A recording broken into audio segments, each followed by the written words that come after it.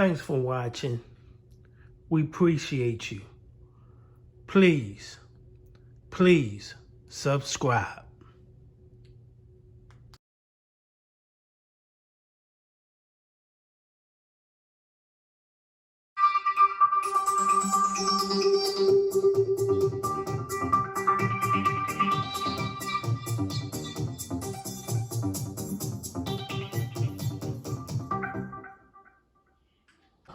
Coalition Against Domestic Violence, 20 people are physically abused by a partner every minute in the U.S. Every minute.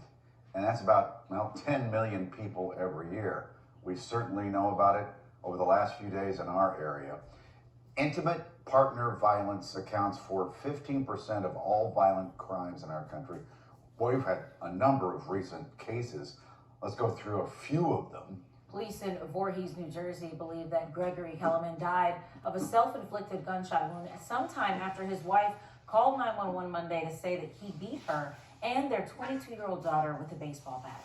And the daughter didn't survive. And the mother is currently in critical condition. And then remember this, police say Delaware resident Richard Nelson called 911 Sunday and said he had killed his wife and the family dog. Both have been stabbed to death. He was taken into custody without incident. And on Saturday, Jessica Covington was shot and killed while unloading gifts from her baby shower in Lawncrest in the Northeast. Both mother and child died. A $50,000 reward is being offered for information leading to an arrest. Oh, we're not done. On Friday, police say Sakia Patton was gunned down in front of her 5-year-old twins by her ex-boyfriend. That happened in Mantua. He has been charged. So we have Joanna Otero Cruz, the new executive director and president of Women Against Abuse, Inc., joining us to talk about how victims can get help and also how to support someone in your life who is being abused. Welcome. Good morning. So is this stat still true that 1 in 3 women will have something violent happen against them in their lives? That's right. 1 in every 4 women, they're impacted by domestic violence. 1 in every 10 men are also impacted by intimate partner violence. And since this is something that is happening, like we were saying, a minute, it happens all the time. What are some of the red flags that you can see, so you can identify that, hey, this might have a deadly ending? That's right. Unfortunately, it's cases like this that bring a light to how serious and pervasive domestic violence is. And there are several different things in terms of lethality. Strangulation and individuals whose partners have a gun are actually 5 times more likely to be killed. Really? So it's getting to a critical point if somebody puts their hands on your throat. That's right. Strangulation is a very huge red flag. Strangulating someone to the point that they pass out. Yeah. Remember, the domestic violence is all about controlling another person. Yeah, power. And so it's power and control, absolutely, Mike. And there, it comes and manifests in many different ways. Physical, most definitely, but also financially, now with technology, emotionally. So psychological abuse, all of those things, power and control over someone else. And that's why when it comes to leaving or getting out situation, it can be so tricky because if you go, then they lose that feeling of power that they have. And it's also the most dangerous time. So our hotline is available 24/7 for that very reason. We encourage people, even if you have questions, because you can imagine how difficult it must be. But, calling our hotline 24/7, even during the holidays, is extremely, it's available. The holiday. Yes. Don't things get worse around holiday time? Yes. A lot of times what we see is right after the holidays, our calls to the hotline or calls to services spike up. Why is that? Because you can imagine the power and control, that someone just wants to kind of put a festive, present a festive environment around the holidays. The pressure that they must have to, during the holidays, make it right because we have guests over, or you don't want to ruin it for the children. Make it right. That's right. And so there's a lot of extra stresses around the holidays in general, financial stress.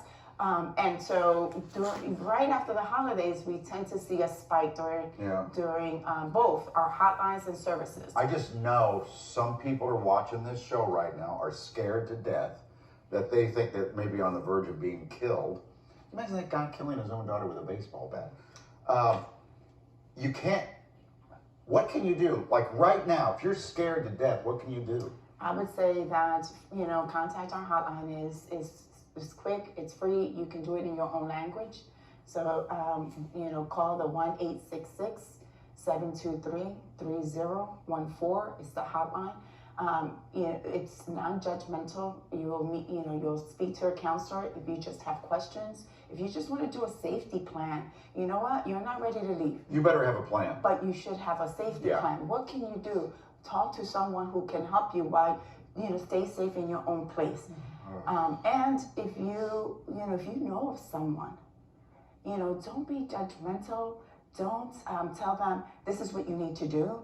They know what they need to do when it's right for What do I them. need to Be do? supportive. Like if Alex and I know somebody getting beat up, Like, how do you support them? Because I think some people, like you said, they might think, oh, you need to leave, we got to get you out of here. But you're right, they have to do that on their own time when they feel it's safe. So what can you do then to support that person? I always tell individuals, listen to them, be supportive and non-judgmental, and encourage them to do the call with them. You can do the hotline call with them.